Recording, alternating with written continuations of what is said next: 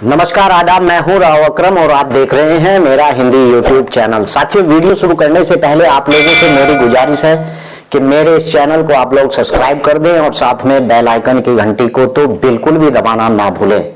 तो चलिए, आज की वीडियो के अंदर हम जानकारी लेते हैं कि चकबंदी क्या है और चकबंदी का क्या उद्देश्य है किसान भाइयों के लिए। आज मैं विस्तार से इस चकबंदी के बारे में आपको जानकारी दूंगा और किस प्रकार से चकबंदी लागू होती है, चकबंदी कितने प्रकार की होती है। अगर इस वीडियो से संबंधित आपको मुझसे और कोई जानकारी या राब्ता करना है तो डिस्क्रिप्शन में मेरा मोबाइल नंबर है, आप वहां से नंबर लेकर मुझे कॉल भी कर सकते हैं। लेकिन चैनल को आप प्लीज सब्सक्राइब कर लें और तभी मुझे कॉल करें। तो चलिए जानते हैं कि चकबंदी क्या है और क्यों चकबंदी होती है पूरे भारत के अंदर। विस्तार से जानेंगे कि चकबंदी का मतलब क्या होता है। तो चलिए वीडियो शुरू करते हैं। साथियों, जहां तक कि किसानों के बीच खेती की सीमाओं को लेकर यानी विवाद की स्थिति बन जाती है तो किसानों को इस प्रकार की समस्याओं से निजात पाने के लिए सरकार द्वारा चकबंदी कराई जाती है। और साथियों, चकबंदी आखिर है क्या? चकबंदी का कानून, अधिनियम व नियम के बारे में आपको आज मैं इस वीडियो के अंतर्गत पूरी जानकारी दूंगा कि चकबंदी का कानून क्या होता है। चकबंदी आखिर होती क्या है? साथियों, चकबंदी शब्द एक ऐसा शब्द है जो चक और बंदी इन दोनों शब्दों से मिलकर बना है। और आपको बता दूं कि जिसमें चक का मतलब होता है तथा खेत और बंदी का मतलब होता है यानी कि बंदोबस्त करना, अर्थात छोटे छोटे भूखंडों को मिलाकर एक बड़ा भूखंड या खेत तैयार किया जाता है। और साथियों, दरअसल चकबंदी एक ऐसी प्रक्रिया है जिसके अंतर्गत किसानों की इधर उधर के बिखरे हुए खेतों को उनके आकार के आधार पर उन्हें एक स्थान पर करके एक बड़ा चक बना दिया जाता है। इसमें किसानों को खेती करने का आसानी हो जाती है और इससे चकों की संख्या भी कम हो जाती है। चकबंदी का यही मतलब होता है। जैसे कि उदाहरण के तौर पर, यानी कि यदि किसी किसान के छोटे छोटे खेत अलग अलग और कुछ दूरी पर हैं तो ऐसे अलग अलग खेतों के आकार यानी कि उन आधार पर उन्हें किसी एक स्थान पर उतनी ही भूमि देना चकबंदी कहलाता है। इस प्रकार चकबंदी एक परिवार के बिखरे हुए खेतों को एक स्थान पर करने की एक प्रक्रिया है। परंतु चकबंदी प्रक्रिया में कृषकों को उसी प्रकार की भूमि मिलना संभव नहीं होता है जैसा कि उसकी भूमि अलग अलग स्थानों पर थी।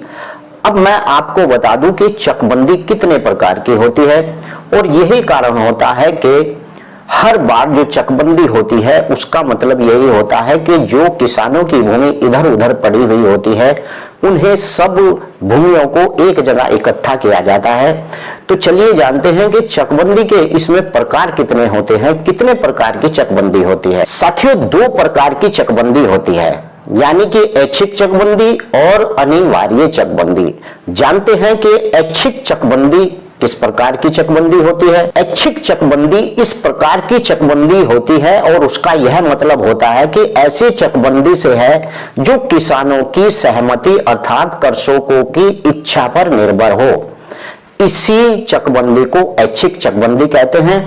और दूसरे शब्दों में किसान की इच्छा से होने वाली और चकबंदी इच्छुक चकबंदी कहते हैं। इस प्रकार की चकबंदी कराने के लिए बड़ा लाभ होता है और चकबंदी के बाद किसानों के अंदर विवाद उत्पन्न होने की संभावना भी कम होती है, यानी ऐच्छिक चकबंदी के अंदर।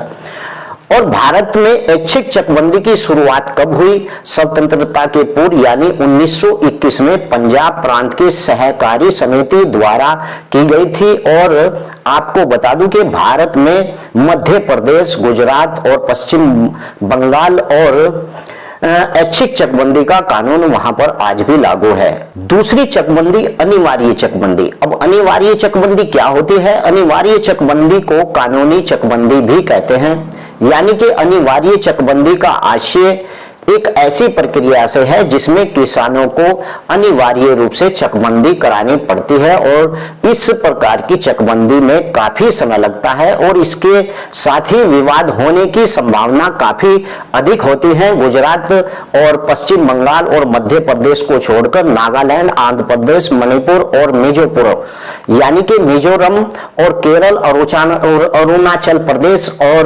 तमिलनाडु, त्रिपुरा और मेघालय में चकबंदी के से संबंधित कोई कानून नहीं है। इन राज्यों के अलावा अन्य सभी राज्यों में अनिवार्य चकबंदी कानून लागू भी है। साथियों, चकबंदी का उद्देश्य आखिर है क्या? चकबंदी करने का उद्देश्य कृषकों की विभिन्न स्थानों पर बिखरी हुई भूमि को किसी अन्य स्थान पर एक बड़े चक अर्थात खेल और परिवर्तित करता है, यानी उस सारी भूमि को एक जगह पर परिवर्तित करना है। और चकबंदी प्रक्रिया के माध्यम से किसान के खेतों की संख्या कम होने के साथ साथ उन्हें कृषि कार्य करने में काफी सरलता भी होती है। और साथियों, कृषकों की खेती के आकार बड़ा हो जाने से वह कृषि संसाधनों को समुचित प्रयोग कर पाते हैं और उसकी सीधी प्रभाव कृषि उत्पादन पर भी पड़ता है। आपको बता दूं कि गांव में अक्सर लोग दूसरों या कमजोर लोगों की भूमि पर अपना कब्जा जमा लेते हैं और इसके साथ ही कुछ लोग गांव के स्वार्मिक भूमि पर भी अवैध रूप से काबिज हो जाते हैं।